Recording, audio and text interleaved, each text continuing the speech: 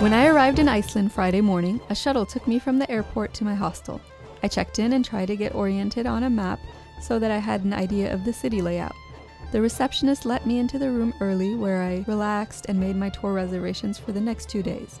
My suggestion is that you make any tour bookings before leaving home so you don't stress out or waste time. Everything is done online and the companies are all quite organized.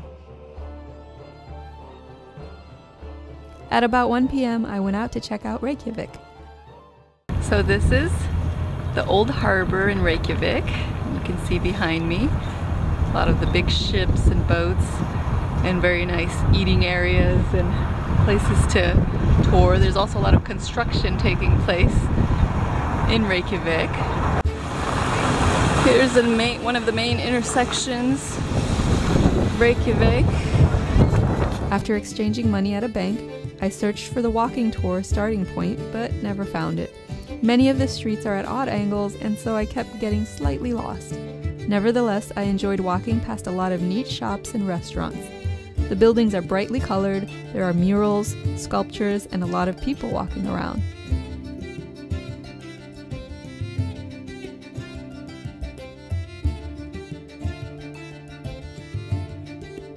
The concert hall, public buses, the water is over there. A large lake with lots of swans and ducks is close to the downtown area. I ended up at the National Gallery Art Museum, which had some neat exhibits.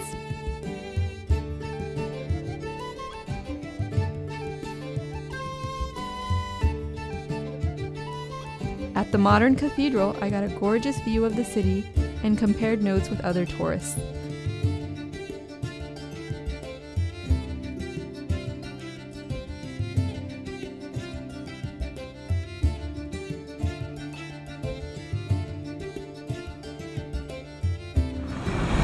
Here are one of the main streets of downtown Reykjavik. A lot of shops, restaurants.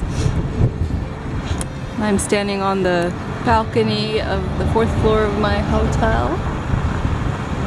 Saturday morning, the tour shuttle picked me up and took me to the terminal, where I got on the bus for my tour of Iceland's south coast and a glacier hike. We saw a double rainbow and a full rainbow at the waterfall, where I hiked to the steep top. We explored a black volcanic sand beach and basalt rock columns near the town of Vik.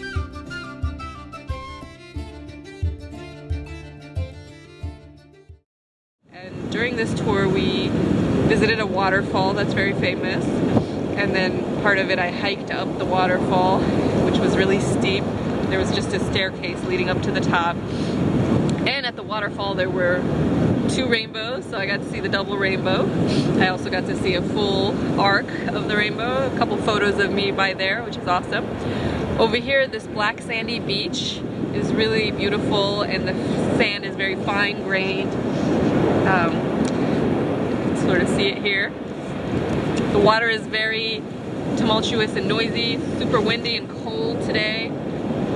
The cliff side is really beautiful because you can see all the greenery, the moss growing because of the moisture. There's also a cool cave structure behind me, and you can see that there's the way that the rocks form at the edge of the cave because of the water. They look almost like stacks that you can stand up on, like pillars almost.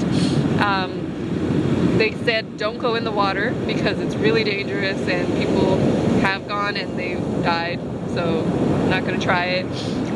But I've just taken a walk along the beach and went all around and took photos.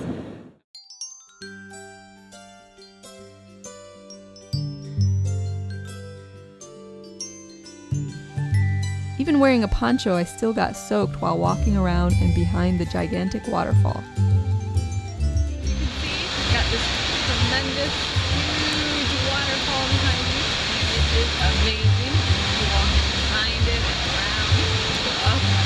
There's a nice little hike up and then down. Of course, I got soaked and trying to layer up, but I don't think that it helped because there's also super windy. So gorgeous, and I'm happy that I'm here. The highlight of the day was hiking on the glacier. We got properly equipped and outfitted for walking on the ice, and learned a lot about the various formations and history of the land in the area. I even drank the glacier water directly. Sunday's Golden Circle tour included Tyrkjaránid, a crater lake with blue-green water surrounded by deep red slopes. This is believed to be a collapsed magma chamber from more than 6,000 years ago.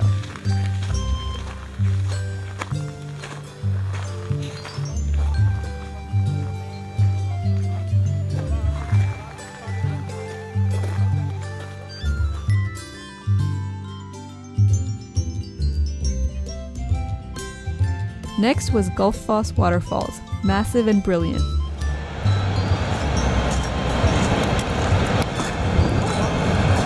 This is GULLFOSS waterfall. There are a lot of beautiful waterfalls in Iceland. Just a little bit about the geology, the water, spring-fed and glacial lakes. I could go all the way down there, but I don't want to. It's very cold. Really windy and getting wet. I'm going to go inside to get shots where it's nice and warm. Well, like hot chocolate. But I gotta say the view is amazing. Within the cliffside, you can see little mini waterfalls coming out. You know, the whole canyon that's been carved into the land here. So this reminds me a lot of Great Falls, Virginia and Maryland.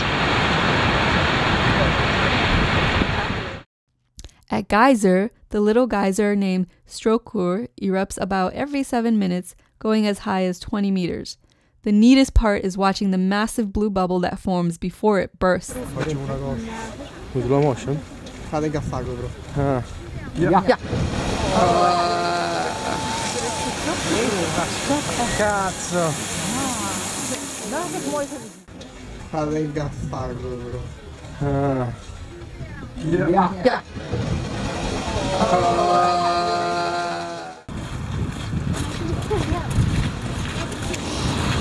Geothermal vents are extremely hot.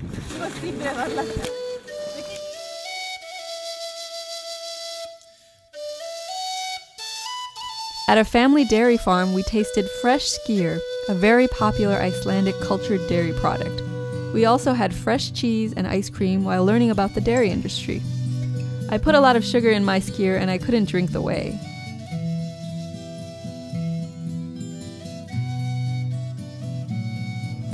Our final stop was at a national park with spectacular views of the Rift Valley that marks the boundary between the North American and the Eurasian tectonic plate.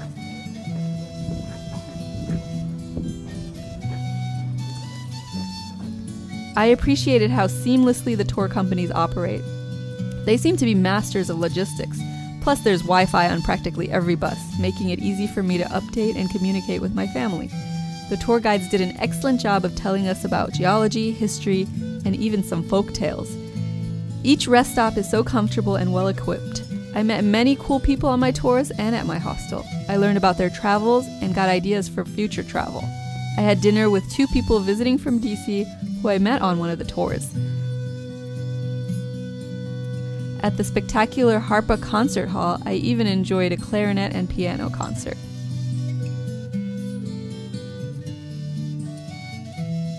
Monday morning, I took the public bus to the local mosque located on the other side of the city.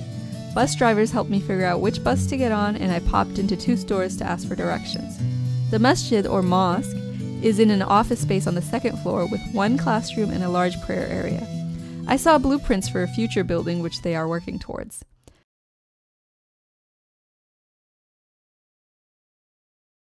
I got caught in a 30-second hailstorm before taking buses back to the downtown area. There, I went to an awesome art gallery with a lot of contemporary fun pop art. At the Maritime Museum, I learned the history of Icelandic fishing culture.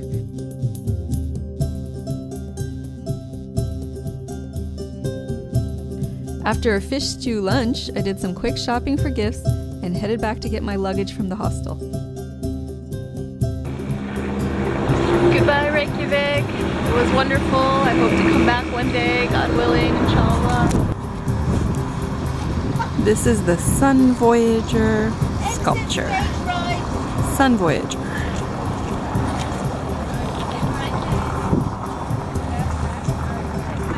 Here is the view of Reykjavik. The shuttle took me to the airport and I flew home fairly comfortably with an empty seat next to me. My adventure even continued as I got to clearly see Greenland outside my window. Mountains, fjords, and ice flows near the coast, and the vast smoothness of the glacier.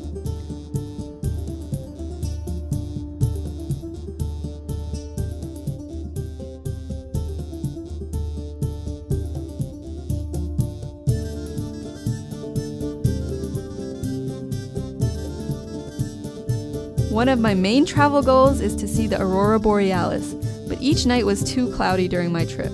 Nevertheless, everything I saw and experienced was truly amazing and worthwhile. I'll just have to go back again one day to search for the northern lights and see more of amazing Iceland.